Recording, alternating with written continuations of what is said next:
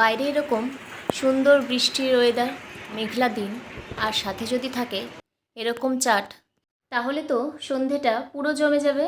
আজকে সেরকমই একটা চাটের রেসিপি থাকছে, তবে একটু অন্যরকম। মুগ ডাল নিয়েছি, তার জন্য মুগ ডালটাকে প্রথমে 2 থেকে 3 ঘন্টা ভালো করে জল দিয়ে ভিজিয়ে রেখেছিলাম। এরপর একটা ছাঁকনির সাহায্যে জলটা ঝরিয়ে নেব। ডালটা যাতে একটু নরম হয়ে যায় তার জন্য ভিজিয়ে রাখতে হবে। আর লাগছে কারি পাতা, এখানে নিয়েছি কাসুরি মেথি, একটু শুকনো খোলায় ভেজে নিচ্ছি, আর ধনে পাতা।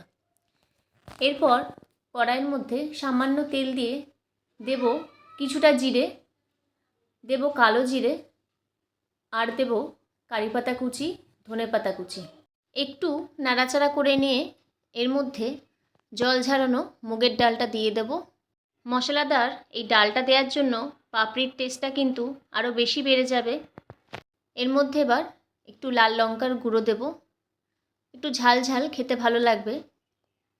আর এর মধ্যে যে কাসুরি মেথিটা ভেজে রেখেছিলাম শুকনো খোলায়, সেটাকে দিয়ে দেবো একটু গুঁড়ো করে।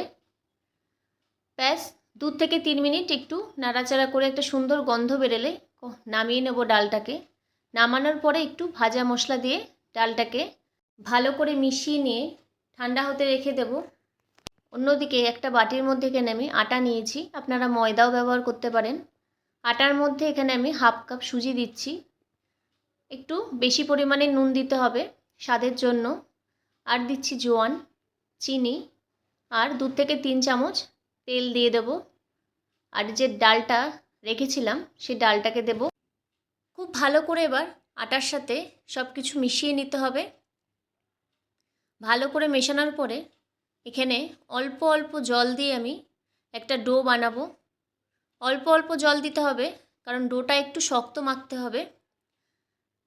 মেখে আমি 10 থেকে 15 মিনিট রেস্টে রাখবো।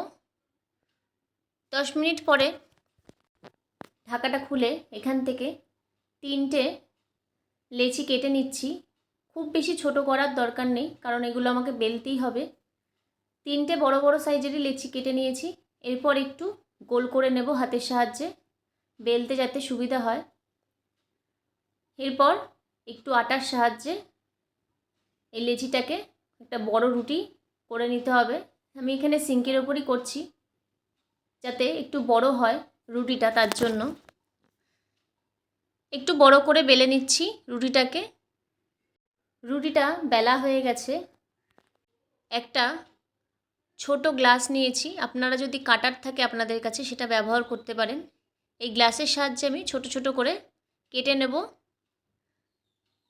পুরো রুটিটার মধ্যেই কাটা হয়ে গেছে। এরপর এরকম সাইড থেকে অংশগুলো বের করে নিলেই কিন্তু পাপড়িগুলো পেয়ে যাব। একটা রুটি থেকে এতগুলো পাপড়ি বেরিয়েছে। এরপর একটা থালার মধ্যে নিয়ে নিচ্ছি। এরপর যেটা করব সেটা কিন্তু পুরোপুরি অপশনাল। এরকম একটা ঝাঁঝরি নিয়েছি, একটু ডিজাইন দেওয়ার জন্য আমি হাতের সাহায্যে চেপে এরকমভাবে পাপড়িগুলোর ওপর ডিজাইন করে নিচ্ছি, দেখতে যাতে ভালো লাগে তাই জন্য। সবকটা পাপড়ি এরকম করে নিয়েছি। কড়াইতে তেল আগেই বসিয়ে দিয়েছিলাম গরম করার জন্য। একটু গরম হয়ে গেলেই একটা একটা করে পাপড়ি ছেড়ে দেবো। পাপড়িগুলো ভাজার সময় কিন্তু তেল খুব বেশি গরম করার দরকার নেই, মিডিয়াম হিটে রেখেই পাপড়িগুলোকে ভেজে নিতে হবে। পাপড়িগুলোকে ভেজে নেব। আর পাপড়িগুলো ছাড়ার সঙ্গে সঙ্গে কিন্তু নিজে থেকেই উপরে উঠে আসছে। এরকমভাবে উল্টে পাল্টে সবকটা পাপড়ি লাল লাল করে ভেজে নেব।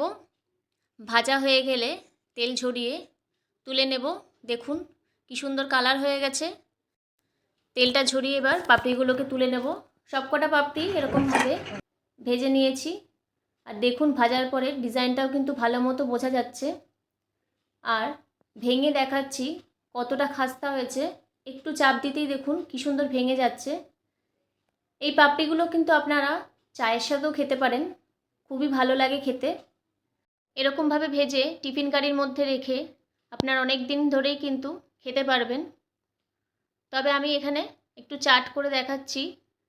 একটা পাত্রের মধ্যে পাপড়িগুলোকে নিয়ে নিচ্ছি। 7-8টা পাপড়ি নিয়ে নিয়েছি একটা ডিশের মধ্যে। এরপর এর ওপরে যেমন খুশিভাবে আপনারা সাজান। আমি এখানে ছোট ছোট করে আলু দিচ্ছি। আলুটা সেদ্ধ করে নিয়েছিলাম, ছোট করে কেটে দিয়ে দিচ্ছি। এরপর একটু মটরও সেদ্ধ করে রেখেছিলাম, সেই মটরটা দিয়ে দেব। টক দইটাকে চিনি আর বিট নুন দিয়ে ভালো করে ফেটিয়ে নিয়েছিলাম, সেই টক দইটাকে দিয়ে দিচ্ছি। আপনারা চাইলে পরিমাণ বাড়ানো কমানো করতে পারেন। টক দইয়ের ওপরে দেবো এবার তেঁতুলের টক মিষ্টি চাটনিটা।